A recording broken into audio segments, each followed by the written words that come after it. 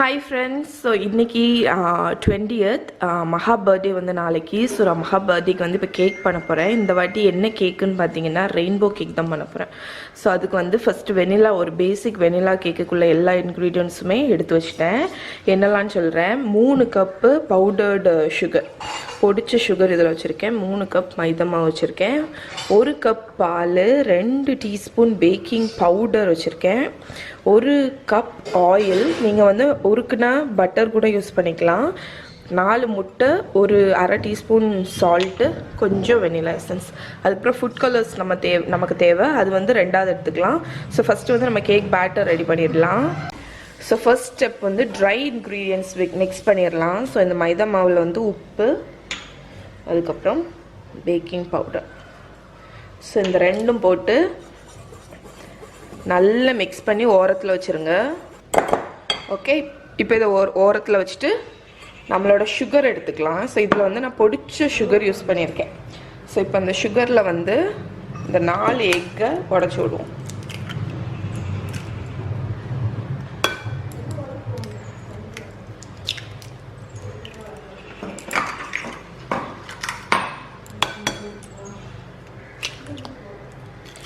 So 4 எக்கை ஊற்றிடலாம்.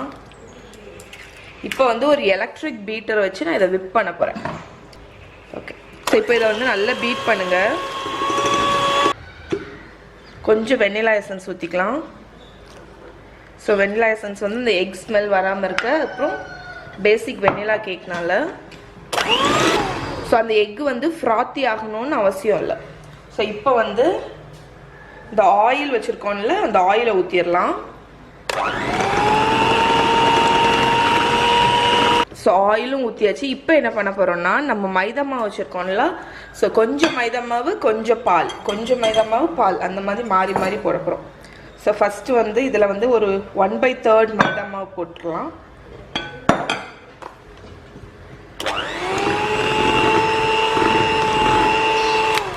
அதுக்கப்புறம் இதில் ஒரு அரை கப் பால் ஊற்றிடலாம்.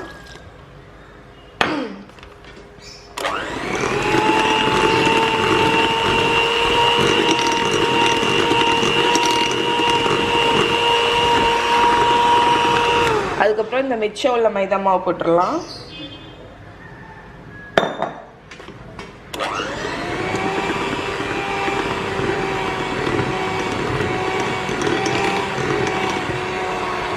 அதுக்கப்புறம் மிச்சம் உள்ள பாலையும் ஊற்றிடுறோம்.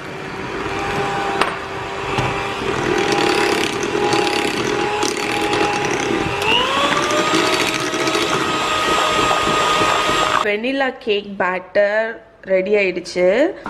ஸோ இப்போ பார்த்தீங்கன்னா நான் இங்கே வந்து ஒரு 6 பவுல்ஸ் எடுத்துகிட்டு வந்திருக்கேன். என்கிட்ட 6 ஃபுட் கலர்ஸ் இருக்குது, அதனால 6 லேயர் பண்ண போகிறேன். ஸோ அதனால் 6 பவுல் எடுத்திருக்கேன். இந்த பேட்டரை வந்து நம்ம இந்த 6 பவுலில் ஈவனாக டிவைட் பண்ணி விட போகிறோம்.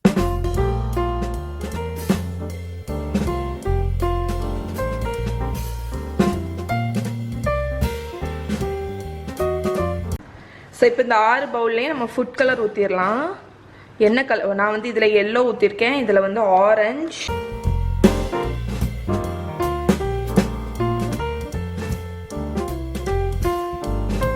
ஸோ இங்கே பாருங்க. இப்போ நம்ம எல்லாம் ஊற்றிட்டோம்ல, இப்போ எல்லாத்தையும் மிக்ஸ் பண்ணிடுவோம். நமக்கு வந்து ரெயின்போ கலர் வந்துடும்.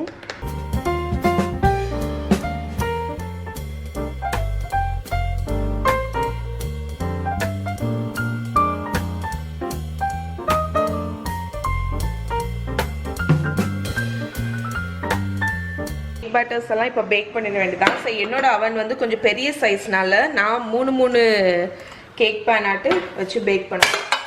ஸோ இங்கே பார்த்தீங்கன்னா 7 இன்ச், ஆமாம் இது வந்து 7 இன்ச் இருக்கும்னு நினைக்கிறேன்.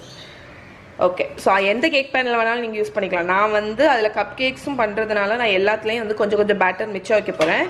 தின் லேயராக தான் இருக்கணும், இது கொஞ்சம் ரைஸ் ஆகும், அதனால தின்னாக இருந்தால் போதும். பேக்கிங் டைமும் வந்து ரொம்ப குறைவாக தான் இருக்கும், 7 to 10 minutes தான். ஸோ இப்போ நான் வந்து என்ன பண்ணியிருக்கேன்னா, இந்த கேக் பேனில் வந்து பார்ச்மெண்ட் பேப்பர் லைன் பண்ணியிருக்கேன். ஓகே, அதனால நம்ம எண்ணெய் எல்லாம் தடவணும்னு அவசியம் இல்லை. ஸோ இப்போ வந்து நம்ம ஊற்றிடலாம்.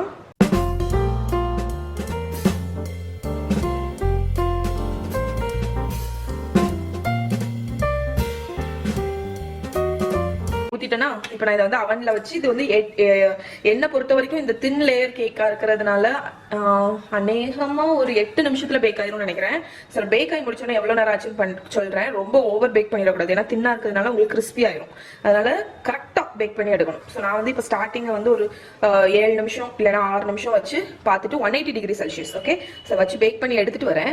ஸோ நான் 3 கேக் பேட்டர்ஸ் உள்ள வச்சேன்ல 180 டிகிரி செல்சியஸில் எனக்கு கரெக்டாக 9 நிமிஷம் ஆச்சு. அதனால நீங்கள் எப்போவுமே ஒரு கண்ணு வச்சுக்கோங்க. ஒவ்வொருத்தவங்க அவனும் வந்து வேற மாதிரி, அதனால வந்து உங்கள் அவனில் டக்குன்னு பேக் ஆகலாம் இல்லைன்னா டைம் ஆகலாம்.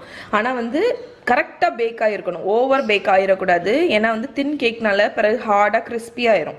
ஸோ இப்போ பாருங்கள் எவ்வளோ சாஃப்டாக இருக்குன்னு. ஸோ இது வந்து ஒரு 5 நிமிஷம் கூல் ஆகட்டும். அதுக்கப்புறம் மிச்சம் உள்ள கேக் பேட்டரை வந்து நான் பேக் பண்ணி எடுக்க போகிறேன். ஸோ இங்கே பார்த்தீங்கன்னா அதுலேருந்து மிச்சம் உள்ளதை எடுத்து வச்சுருக்கேன். இது எதுக்குன்னு பார்த்தீங்கன்னா இந்த கப் கேக் ட்ரே வச்சுருக்கேன்ல, இதில் வந்து ஊற்றி இந்த வாட்டி வந்து மகா பர்த்டேக்கு வந்து rainbow cake, rainbow cupcakes, rainbow cookies இவ்வளவும் பண்ண போகிறேன். அதனால தான் இந்த கப் கேக் ட்ரேயில் கப் கேக் கேஸஸ் எடுத்து வச்சுருக்கேன். ஓகே ஸோ நம்மளோட கேக்ஸ் பேக் ஆகிட்டு இருக்கிற டைமில் நான் இப்போ வந்து கப் கேக்ஸ் வந்து ஊற்றி வச்சிட போகிறேன்.